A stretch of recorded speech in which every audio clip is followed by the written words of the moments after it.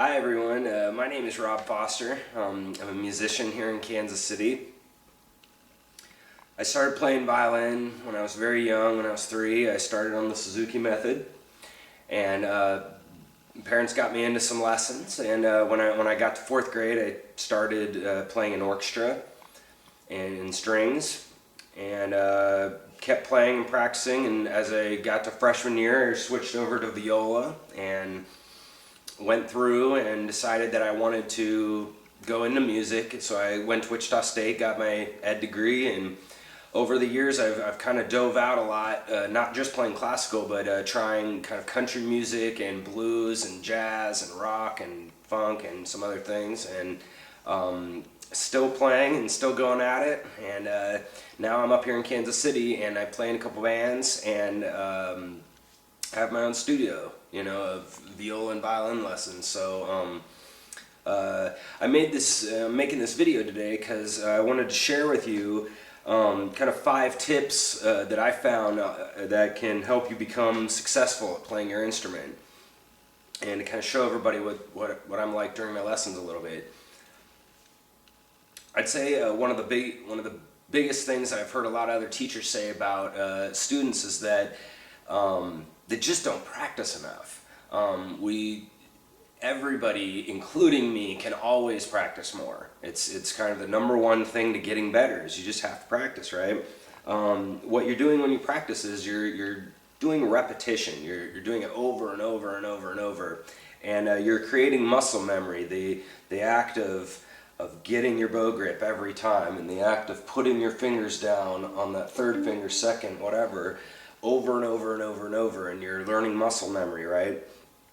I found that even practicing 15 or 30 minutes a day or every other day can really help your success as a violin player, instead of just playing maybe an hour right before your lesson, but doing little spurts. I'd say little kids, you only need to do 10 or 15 minutes with them at a time, and if you do it often enough, you can really see some progress. So really practicing a lot is really huge.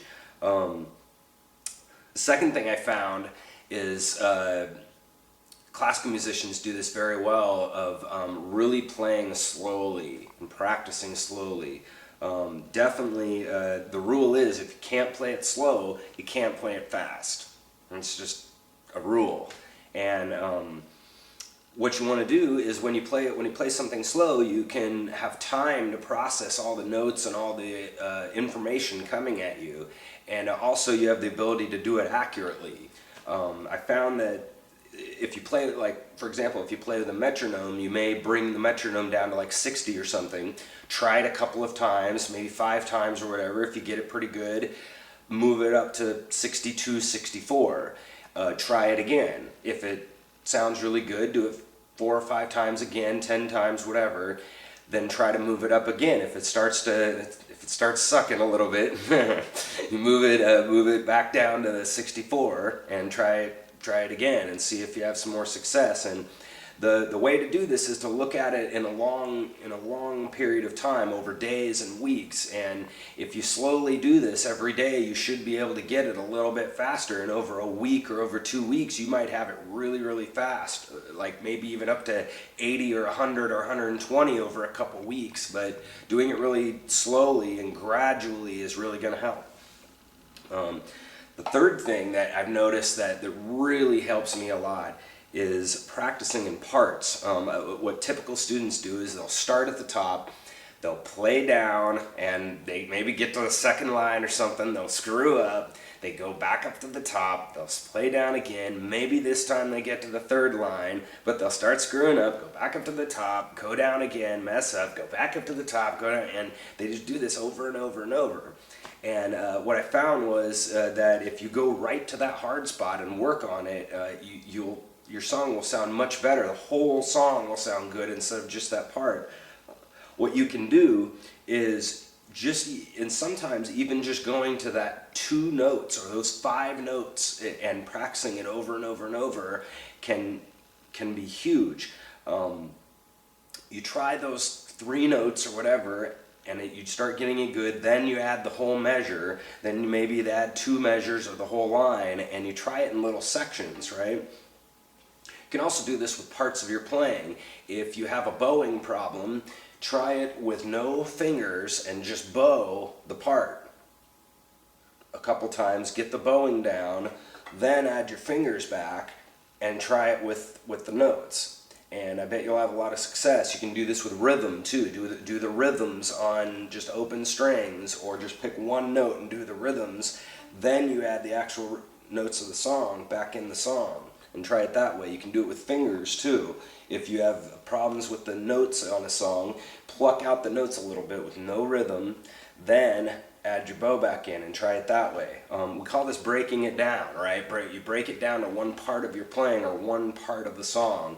And if you do this a lot, you really are going to have success at the song, because you're working at it in parts instead of just trying it all the way through. The fourth thing I've noticed that happens a lot with violin especially is this instrument is just awkward to hold, right? I mean, you got to curve your hand around like this, which is not normal, and then the bow grip is really tricky too. So I found that holding it correctly is really, really helpful. You want these nice curved fingers right on your bow grip, and you want the nice curved fingers on the left hand as well. One thing that makes this very hard is tension, and it's difficult to play this instrument with very, very calmly and with no tension. But I found that with violin especially, relaxing your shoulders, your neck, and your upper back really, really lessen the tension on your arms. And finding that sweet spot of relaxing a lot will allow your brain to, or your hands to do what your brain is telling it to do. So if your hands are, if your hands are really, really tight all the time, they can't do what your brain is telling it to do. But if everything is nice and relaxed, you'll be able to do what you need to do. So it's much easier said than done. But really trying to be as relaxed as possible. Again, it's very hard, but doing that will really, really ensure your chances of success.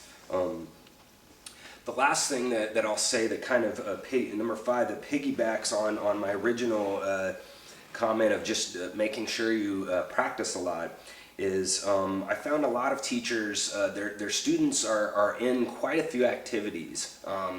For instance, the student might be in taekwondo and track and soccer and church group and violin, and they haven't even gotten to their homework yet.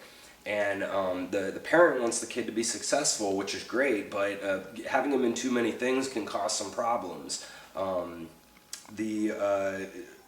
With violin, you definitely want to kind of make a commitment to it. It's a very difficult instrument.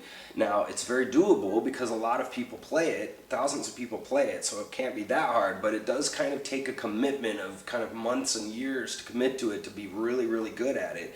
And I found that if you're in too many activities, it kind of, first of all, sometimes we don't have time to actually go to the lesson. Second of all, they don't have enough time to really sit down and practice every day. And third of all, their brain just goes on overload. They just have too many things going on in their day, and it's hard to keep track of it all. So definitely, kind of a really good example is if you have like 2 instruments you're trying to play, for instance, and you have this like 100 hours over a month or months or whatever of practice.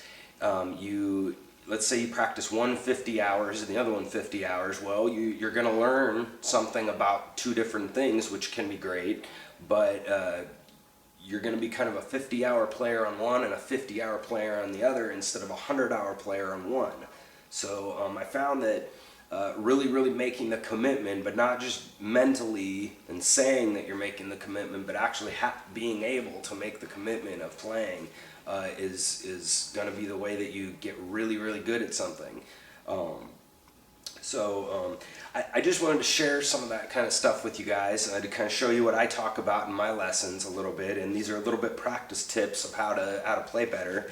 And I teach lessons here in Kansas City, and I would love some more students, like anyone.